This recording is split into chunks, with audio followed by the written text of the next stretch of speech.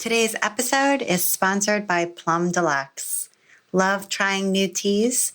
Treat yourself to a Plum Deluxe Tea of the Month subscription. For only $10 a month, you'll receive a hand-blended, all-organic loose-leaf tea thoughtfully chosen for the season. Tea Club members also enjoy special benefits like discounts, free shipping on all purchases, and access to a very loving and supportive tea community. A tea subscription also makes a fantastic gift. Visit plumdeluxe.com/tea and join now. And now here's the show.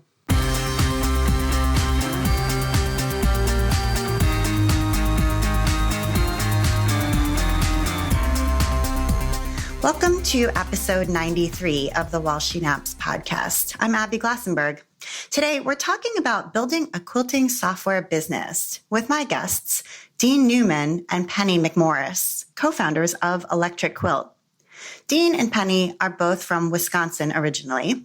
After the Air Force and then graduate school, Dean was a professor of mathematics at Bowling Green State University for 25 years. He received a hand-me-down computer from his son in the late 1980s and quickly became a self-taught computer programmer just for fun. His wife, Penny McMorris, was the corporate art curator for Owens-Corning Corporation, headquartered in Toledo, Ohio. Penny was a self-taught quilt maker. She taught a few local classes and then talked her local PBS station, WBGU-TV, into letting her produce and host a television series showing quilt history and the best contemporary quilts of that time. When Penny's travels for her job and the TV show took over, Dean became interested in quilts and was motivated to find an enterprise that they could do together. He was the brainstorm behind the idea of creating a software that would allow quilters to pre-plan their designs. The result was the first Electric Quilt, or EQ, program in 1992. They both eventually left their jobs to run the company full-time, and 26 years later, they continue to own and operate the Electric Quilt Company in Bowling Green, Ohio. These days, Penny's spending much more time away from the office, enjoying various activities, while Dean continues to be in the office several days a week. Dean Neumann and Penny McMorris, welcome. Hi, Abby. Hi, Abby. Hi. Thanks for having us. Thank you so much for coming on the show and agreeing to talk a little bit about the history of the company and where you're headed. I'm really excited to hear more about your story. So, sounds like you've done your homework, though, too. I hope so. I try. So I read something, Dean, that you had said about sort of the function of Electric Quilt that I thought would be a good way to kick things off. So you said some people can see a design in their mind's eye before they cut the fabric. But for everyone else, a quilt program ought to be a terrific tool. And I wondered whether you could sort of just tell us what Electric Quilt does. Well, the idea is that it gives people the ability to see what their quilt's going to look like as exactly as possible before they ever start to cut any fabric. And indeed, we've gotten closer and closer to that goal as time went along. In the beginning, it was a DOS program, and there was no real graphic support coming from the operating system. So it was very crude, but as time went on, Windows got better and better at providing real pictures of what the quilt was going to look like. So I think now it is quite possible for someone to see exactly what their quilt's going to look like before they cut any fabric. And can you tell us, and right now we're on EQ7, which is the 7th version of this software program, but can you kind of tell us a little bit about what a person today, like a current user, what kind of features they get in EQ7? Well, you can draw your own blocks, which is a very useful feature. There are several different drawing styles in the program. Piece blocks are very popular among quilt makers, especially when you make a block that can be paper pieced, because that makes the construction process very easy. And you can draw blocks specifically designed for paper piecing. And there are algorithms in the program that essentially automate this for you. So one of the beginning aspects of it is you can draw your own blocks. And then once you've got blocks drawn, you can actually fill the patches in the block with real fabrics. We get fabrics from all the different fabric manufacturers, and they're included in the program. And as new fabrics become available in the market, they can be downloaded by the user. In other words, the user can put her own fabrics into the program, and then the blocks can be filled with those fabrics. And then finally, the blocks that you design and fill with fabrics can be put into quilts in many different styles. And so you can actually make a quilt that will look exactly like what your quilt will look like if it's finished using the patterns printed from the Electric Quilt. And yardage? And it calculates yardage, which is an aspect of things that quilters don't like to do because it's all arithmetic. But computers are great at it. So.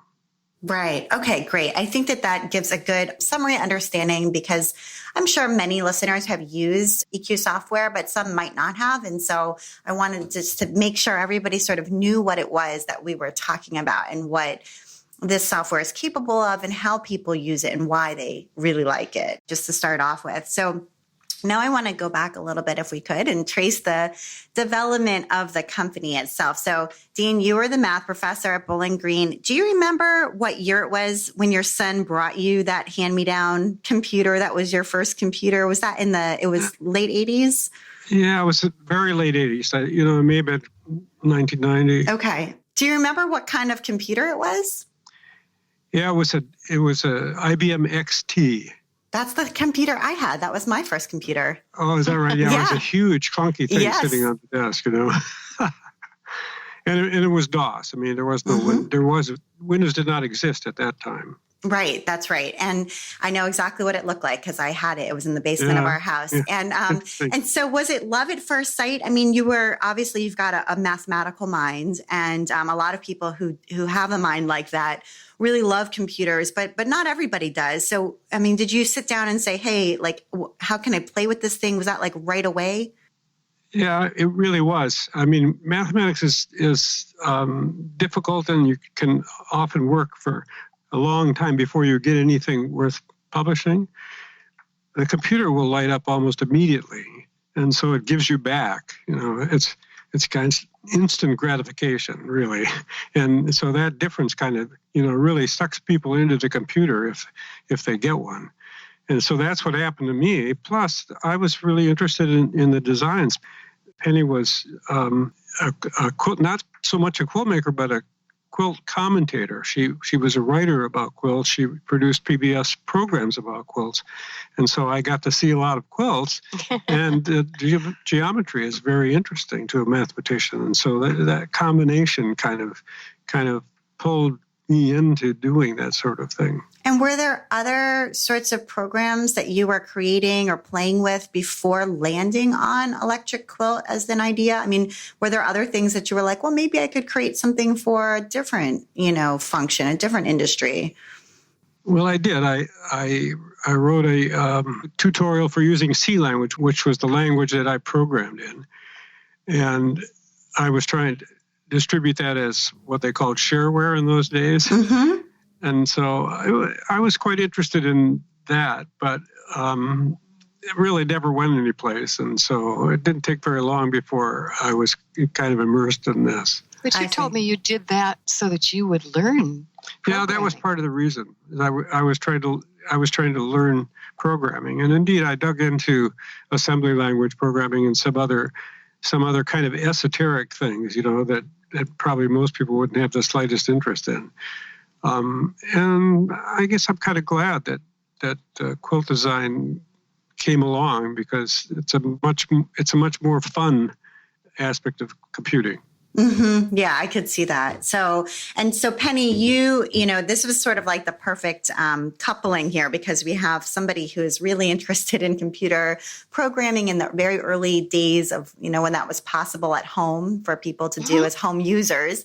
Yeah. And then somebody who is really interested in quilts and quilts as art and what's going on in sort of this burgeoning quilting community and interest in quilts that came about in the maybe late 70s and early 80s. So I wondered if you could talk a little bit about sort of your career prior to Electric Quilt and how you came to be interested in quilts. I was young way back then when there was no interest in quilts. And then all of a sudden, largely from England during the swinging 60s and in New York when Jonathan Holstein began showing his collection of Amish quilts and had an exhibition, the Peace Quilt, that went really around the world for 4 years. The magazines, here I was in Ohio, kind of away from everything in a little town, and I was in Milwaukee before then, and I wanted to know what was going on in the rest of the world. I had always wanted to live in a big city, and I wasn't. So I would read about quilts, and there were very few quilt books then. In fact, I remember if I would ever find a book that was published, I would buy it. And you could buy every single book, which is amazing because there would be like 2 books a year. It just was starting to be interesting. And so Beth Gutchin had a book, The Perfect Patchwork Primer, that some people will remember. And that was a way of kind of self-teaching how to do it. And I just became very interested in it because of the designs. Then when we moved to Bowling Green, I wanted to have an exhibition of quilts. This was 1974 and 75. I was working on this simply because I wanted to see what other young people were doing. Young people meaning people of my then age versus older women who were making very traditional 1940s, 50s quilts. And so I organized an exhibition that was quilts made in Ohio by anyone over the previous 5 years. And in so doing that, I was still making quilts, but I saw quilts by people that were just blew me away in a way that I thought, I'm not that interested myself in making quilts, but I really love the quilts by Nancy Crow and Francoise Barnes. And there were about 5 younger people, in addition to, we had some group-made bicentennial quilts and some older style quilts, which were very beautiful. But I think especially Nancy Crow's quilts blew me away. And from then on, I was really more of a quilt historian, lectured about contemporary quilts, showing people that these are wonderful pieces of art that are being made. And so all of that was prior to it. I was working at Owens-Corning as their art curator. We did, along with buying contemporary art, I did talk them into several quilts, and they bought a quilt by Michael James, which they hung, and it looked gorgeous. And I was just very interested in having other people see quilts as a legitimate art form.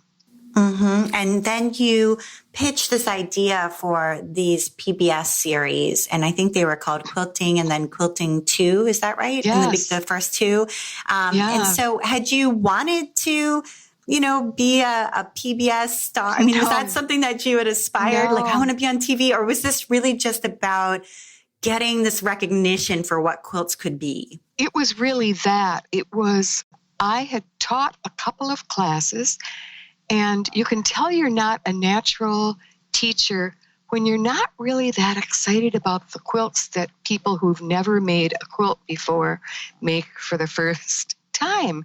They're just not that exciting to me. And I have tons of friends who are fabulous teachers, and they get very excited because it's about the idea of teaching.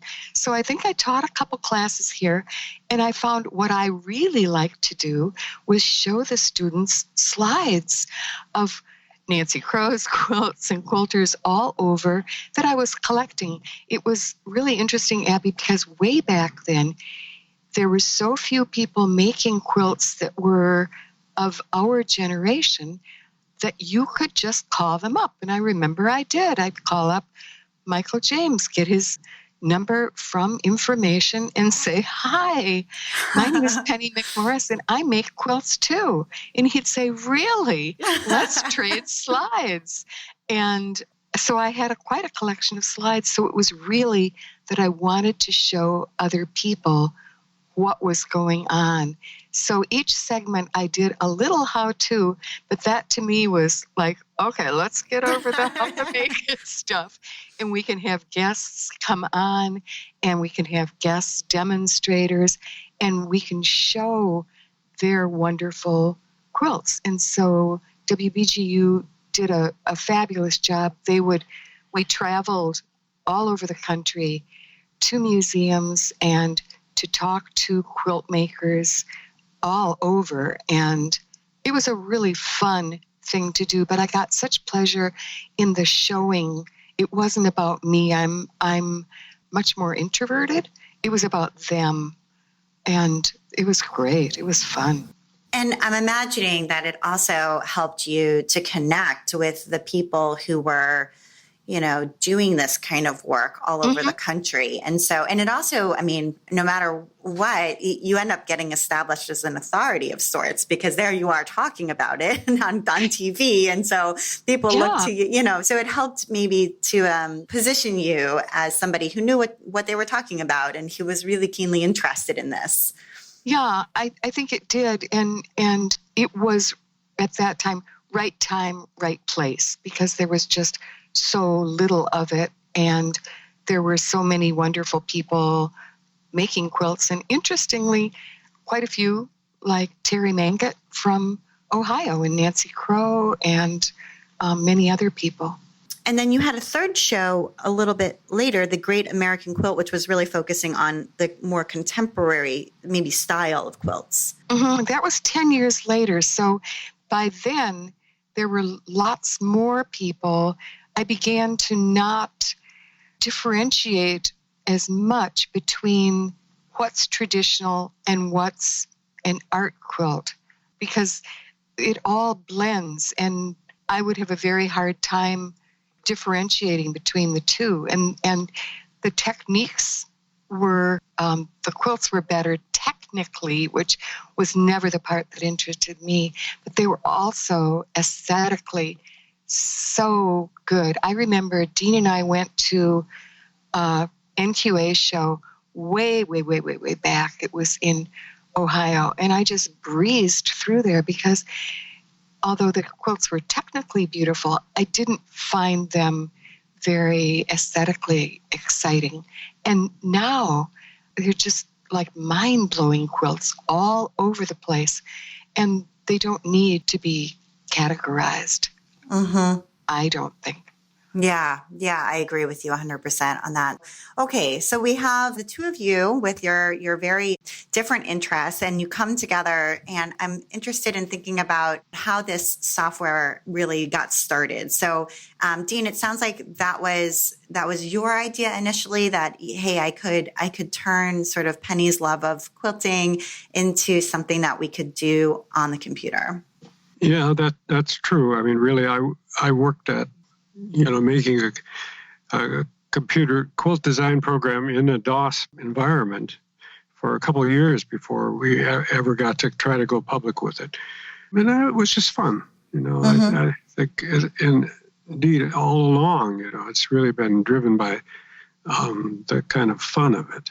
Right. Okay. Yeah. And that's a really important thing to keep a company going, is just enjoying it. And so that was 1989. And it sounds like it took about 2 years for you to sort of get something together that maybe could be used by other people. And Penny, you helped launch Electric Quilt by demonstrating it on the PBS show in 91. And I read somewhere, Dean, that you were actually under the table with a keyboard during that demonstration. Is that accurate? Yeah. He had been up all night before making it do things. And although I think a lot of people feel like I would have been at his shoulder telling him, well, quilters would like it to do this, and you should make it do this. I had nothing to do. I had never seen what he was working on. He did it all himself. And so I was not even using a computer then. I had no idea. But I knew there were beginning to be people using technology, and we had a show about people using technology for quilt making. And so he'd been up, he had just made it able to fill a grid with blocks. And so I hadn't even seen it. I had no idea. And I walked to the computer. I smiled into the camera, and it was you do a great job. I will post the link to the video so people can watch it, and it's on the Electric Quilt website as well. But you do such a convincing job that before I read this, I really did not realize it wasn't. It's all fakery. It's all fakery. And then afterward, when all the movement was him doing it, but you never saw him, and you saw my hands, and then the camera, of course, come back to me, and I think I said something about, see, wasn't that easy? And in the real show, the only time you see Dean is at the very end. The camera pulls way, way back for an overhead shot, and you can see Dean kind of walking, but no one would know. They would think he was a stagehand. Mm-hmm. Trying to stretch out my legs after crawling under that table. Right. I want to take a minute now to tell you a bit more about our sponsor, Plum Deluxe. Plum Deluxe is a really excellent loose leaf tea company. Every blend is handmade with so much thought and care. Plum Deluxe was founded by Andy Hayes, and Andy believes in creating moments that matter. And he does that through tea. Based in the Pacific Northwest, Plum Deluxe sources all of the individual ingredients and then blends them together to make unique tea recipes. The teas are organic and fair trade and are made fresh every week. I got a Plum Deluxe tea subscription for my birthday this August from my sister, and all through the fall, I looked forward to receiving a delicious tea in the mail every month. It was such a great gift. And I actually ended up giving a Plum Deluxe tea subscription to my good friend Leah for Christmas this year, too. Plum Deluxe has one of the few tea subscriptions with a caffeine-free option, which is really nice.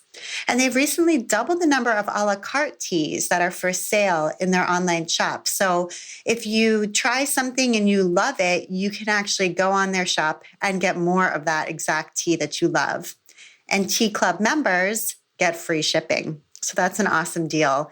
Andy has a great business at Plum Deluxe, and I really love to support him and to receive awesome teas in the mail. So I hope you'll give them a try at plumdeluxe.com. And now back to my conversation with Penny and Dean.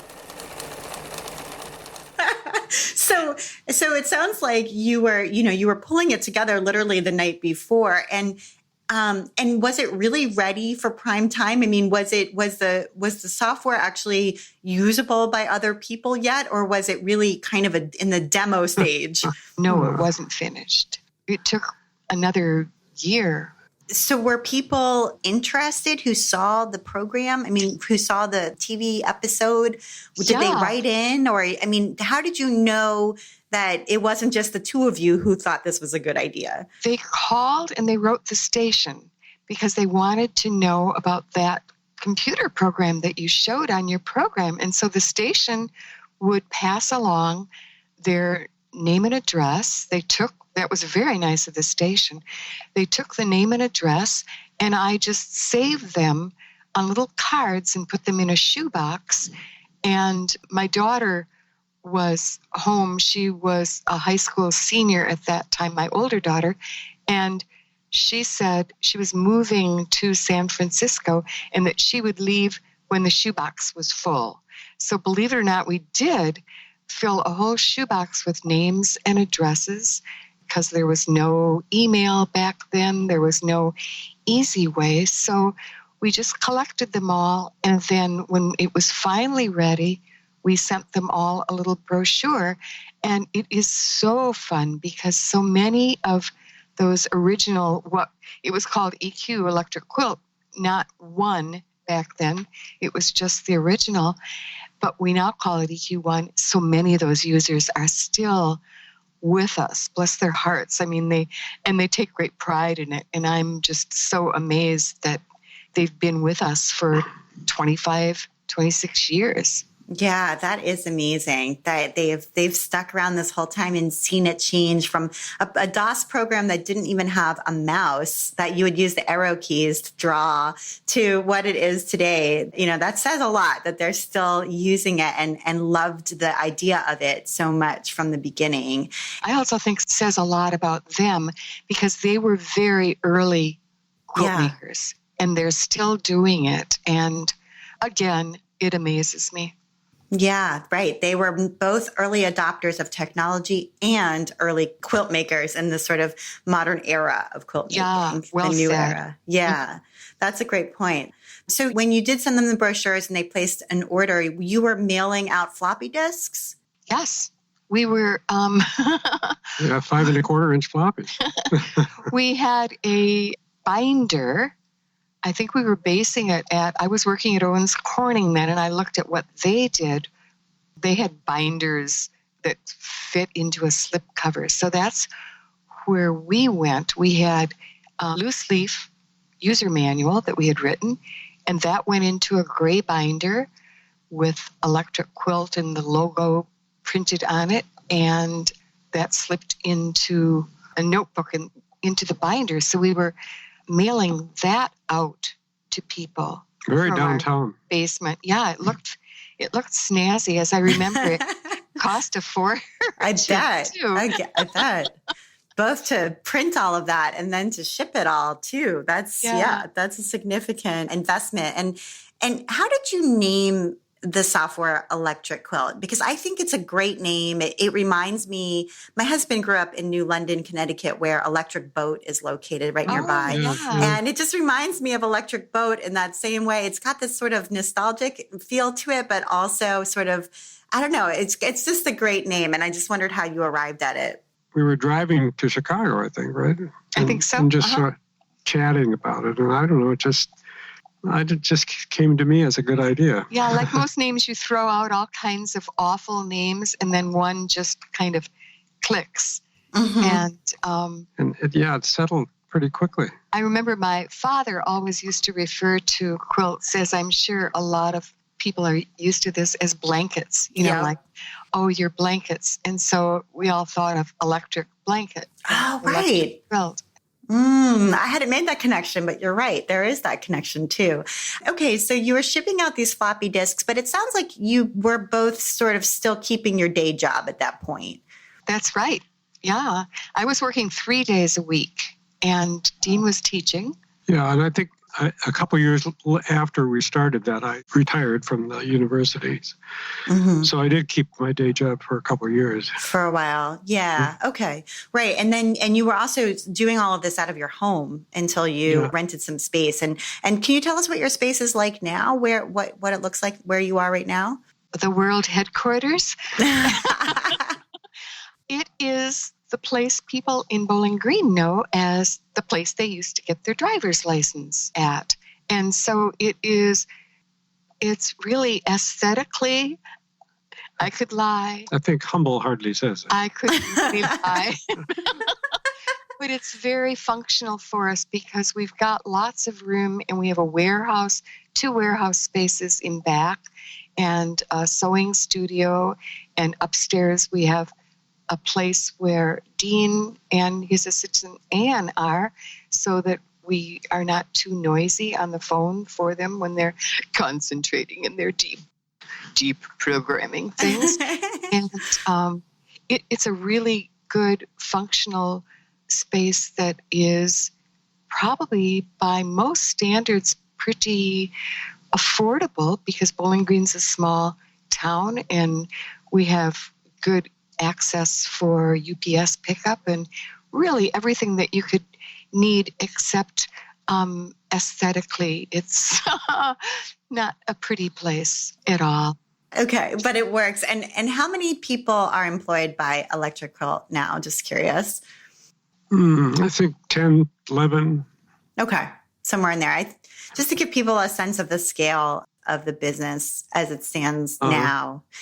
Okay, so we have our original Electric Quilt software, and then it's gone through a lot of versions since then. And along the way, Dean, you created something called Blockbase, which was a computerized version of Barbara Brackman's Encyclopedia of Pieced Quilt Patterns. And I wondered what things you learned from focusing on that project for a little while that you were then able to take back to EQ. Actually, that was really great. It was very helpful in terms of developing EQ because it really stretched the drawing tools. In order to draw all those blocks, there's something like 4,000 plus blocks in that encyclopedia. And so there are a lot of drawing challenges for the early program. Of course, you had to have a mouse in order to do those things. But many drawing methods were actually the result of having to try to do the block-based blocks. And I always thought it was a wonderful resource for people because basically Barbara tried to get the entire history of the pieced quilt block in the U.S. So it was really quite a remarkable thing that she had done. And so we got to lean on that to make a new product, but moreover, to develop drawing tools that were up to it. Right. And then those tools then enhanced later versions of EQ. So it's interesting sometimes when we take on a different project, how we then come back to our own project with new insights. Mm-hmm. That's an interesting point. Yeah. So, okay, let's talk a little bit about the 3.0 version. By then, you were faced with some competition in the marketplace. Other companies were popping up and had some similar ideas. And it sounds like there was some pressure to convert from DOS to Windows. Windows was sort of becoming something that people desired and liked and found to be user-friendly. And so I just wondered if you could take us back to that time and describe a little bit about what that was like when these competitors popped up. Oh, I'm laughing because I'm like the least competitive, and you're taking me back to the dark days. We had competitors that we were really good friends with, and some we were not as good friends with, and it was difficult for me simply because I like everyone to get along, and I just can't stand competition. But Dean, you were working on, Abby's right, the pressure was on for you to develop a Windows program. And our users were, kind of like demanding because it had been a while. And can you talk to that? I do look back on that decision to stay with DOS for EQ3 as an error. Nevertheless, it at the time was very daunting to move into Windows. In fact, we actually hired two different companies to try to help us transform the program over into a DOS program. We hired an Indian company, HK Software, and then we hired a company named Building Block Software that was out on the East Coast someplace. And both of them spent quite a lot of time actually in transcribing the program into Windows. And basically we got virtually zero out of it, all of that investment that we made in trying to get other companies to port the software over to Windows. And so we stuck with DOS for EQ3 because we had, so much invested in it already. And then of course, we just had to get down to work and learn how to program Windows. Right. Yeah. And I wondered why, what do you think it is that helped Electric Quilt outlast everybody? I feel like now when I look at and I have lots of friends who are really avid quilters, professionals in the quilting industry, and they all use EQ7. It's like industry standard. And I just wondered what you think it was that helped you outlast them and arrive at being in sort of the premier spot. Hard work. Yeah, I really think I'm not a programmer at all, and so I don't, of course, understand it. But to my, this sounds like brag, and I don't mean it to, but Dean really, he worked really hard, and he never took an easy out that would be easier programming. I've asked him, well, why are you doing all that? Because, I live with the guy. I would see him, just struggling and staying up and, working so hard and worrying about it. And it would take us often longer to get a new version out, years. And I think he wanted it to do what he wanted it to do, and he would just keep at it. And I think that, and we also tried to listen to our users and really help them. It was very important to us that once you bought the program, that we help you use it, because people are busy. They don't want to sit down every time and read an entire manual. And so if we're there to help them, it helps a lot. I think another aspect of it was a fortunate time for us, in that we were both really able to retire from our day jobs and then work pretty full time on this project. And I think some of the other people that were in the business didn't have that. Oh, that's really true. Yes. Mm-hmm. This became your passion and your full-time focus, and that focus combined with hard work. And I also think that customer service point, Penny, that you were making is really important. And I know that that's been something that you've worked on in more recent years. And I wondered if you would talk a little bit about EQ's customer service and what your approach is to providing customer service to quilters, maybe new quilters who have just started using the software, or quilters who are new to the software, and then those who maybe have been using it for a long time and have more complex questions. And how do you think about and approach customer service? Well, I have always been interested in the other, whether it was the other quilt maker whose work I admired, or I like helping people. It's just the way, we're all really different.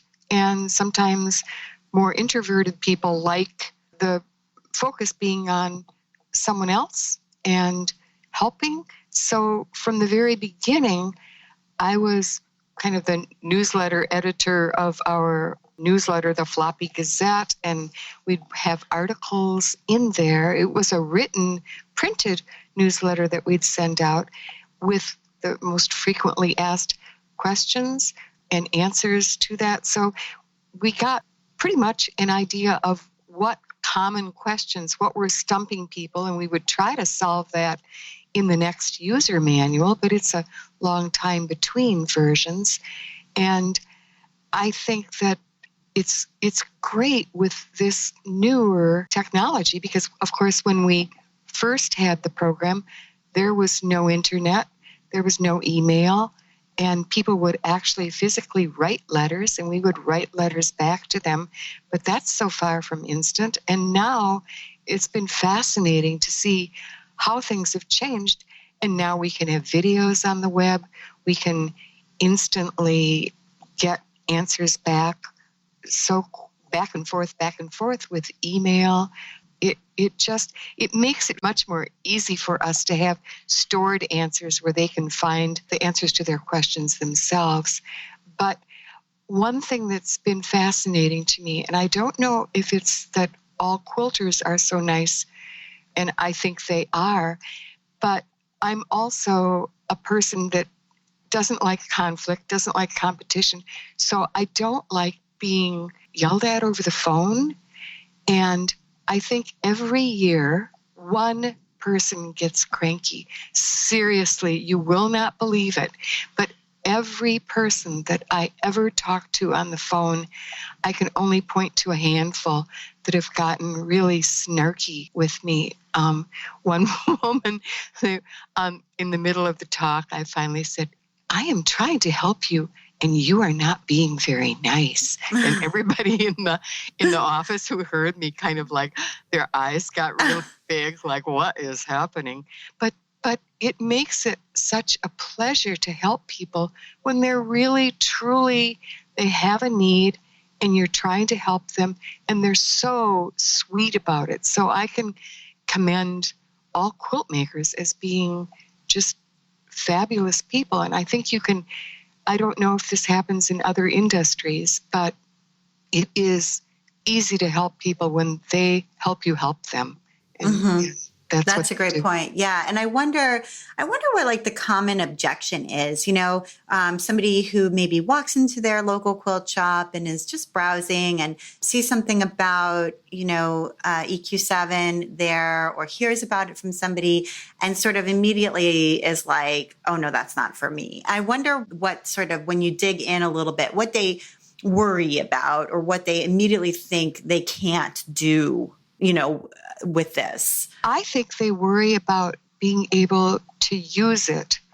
I think it seems daunting for people who haven't used a design program and they worry that they can use it. I remember the first thing that attracted me way back when I was not, I had never used a computer. Someone said there was the word processing program, WordPerfect. Yeah. And another woman said to me, well, that's what I use. I use WordPerfect. And I thought, oh, if she can do it, maybe I can do it. And I was very against trying because I thought, oh, it's just going to be way too hard. And I found it wasn't. Mm-hmm. I think they're intimidated. Yeah, but maybe that influence from a friend or from somebody who seems similar to you and seeing that they're able to do it gives you that confidence that, yes, okay, if she can do it and she's sort of similar to me, maybe I can do this too and I should try. And then knowing that help is out there and you've got great resources on the EQ site to help people who are beginning or who have more complex projects that they're working on. And so I want to talk a little bit about the software's future. And Dean, are you still doing all of the programming or I know you have a Mac version now. EQ7 is also available on the Mac version, which is something that users want. It's similar to that DOS to Windows conversion. Yes, they did. And did you have to hire a company to help you with that? Because writing Mac software is completely different. Actually that Mac version was a port that was done by a company called Crossover. They actually have a commercial version too, but they'll take on a client and convert the client's software over to Macintosh. And so that's what we did with them. We also wrote an embroidery program based on the Electric Quilt, again, using a third party, Pulse Corporation, to actually outfit EQ for doing embroidery. And then since that, we've hired a couple of programmers. One of the programmers is basically concentrating on internet, and now we're able to download software and to take a lot of advantage of the internet, which seems to be where things are heading.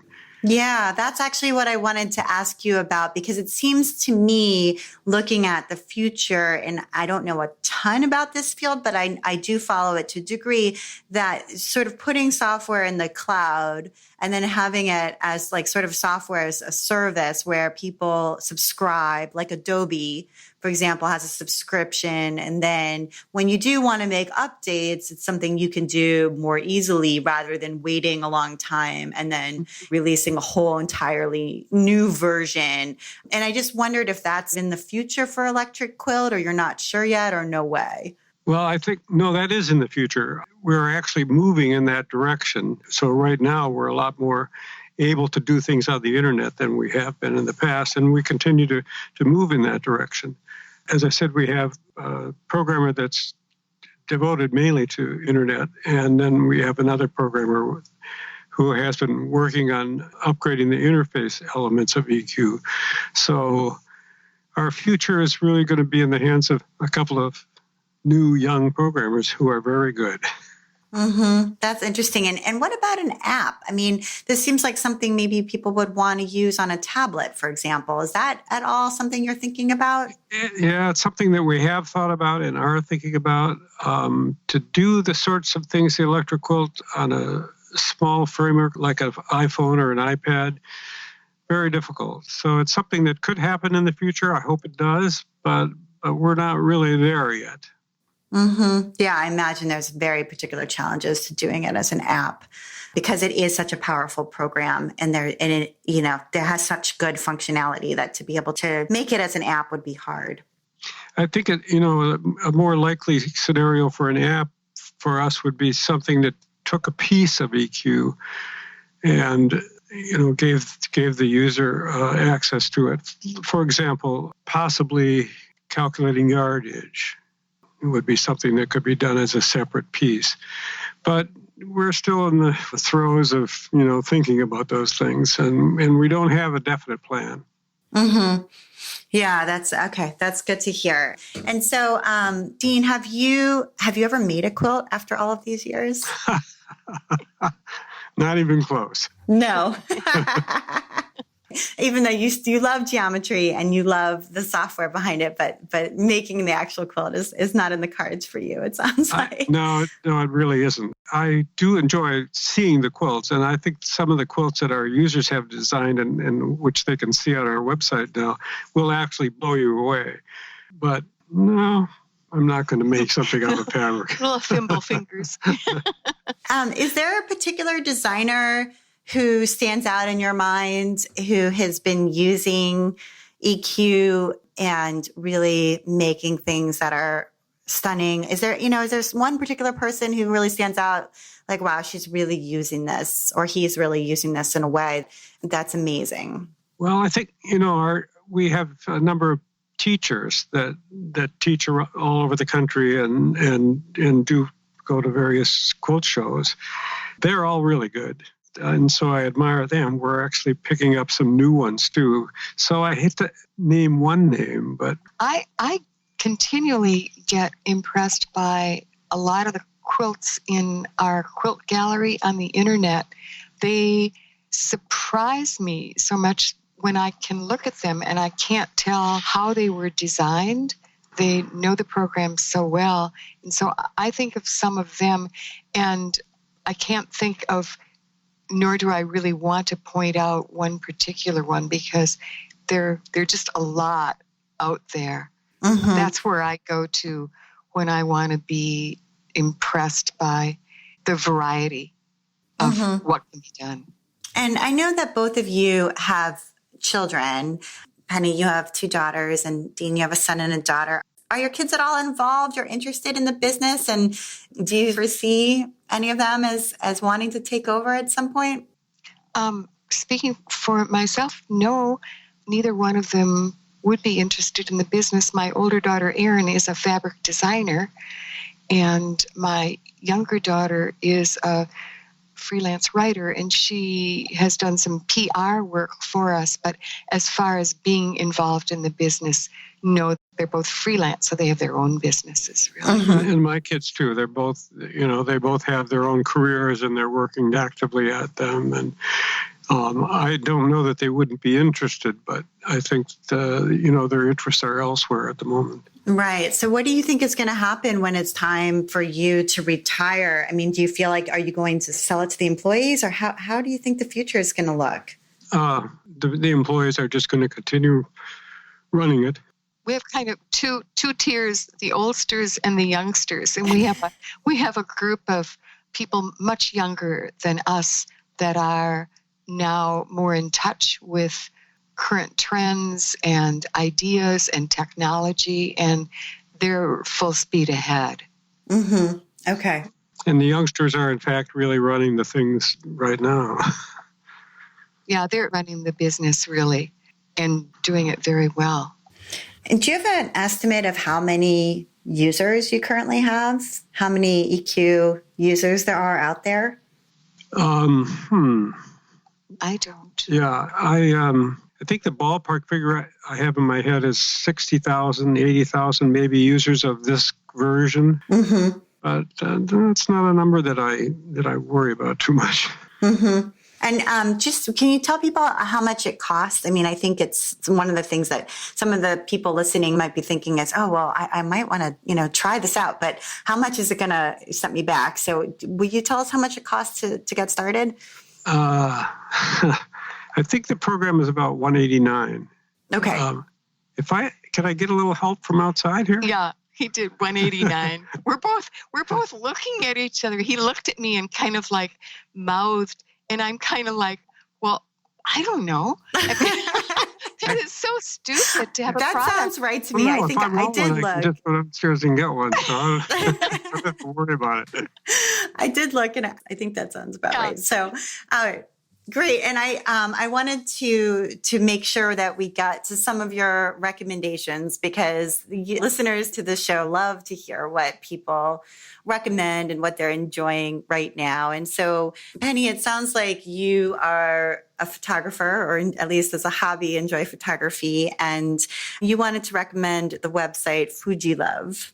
Yeah, I have an older Leica digital, and I have a new Fuji X100T, which I bought without knowing how to use. And there's a website called Fuji Love that has videos of people explaining how to do things. The camera is a very small camera, perfect for street photography, which is what I love, is just shooting unusual things that you see when you're out. It's not landscape photography. It's not portraits.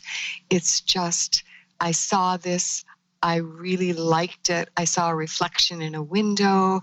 I saw a face in a crowd that was very interesting, that kind of thing. So Fuji Love's a great site for that kind of thing. And Dean, you wanted to recommend reading about particle physics, which is maybe not something that lots of listeners do, but tell us why that excites you. He's a fun guy. What is it about? Well, listen, my husband is really interested in the bond market, so I understand being married to a really fun guy. It's fine. I got interested in that because the last few years, they've just made extraordinary advances. And then, this Higgs boson thing, they're really starting to understand the nature of the universe in the small.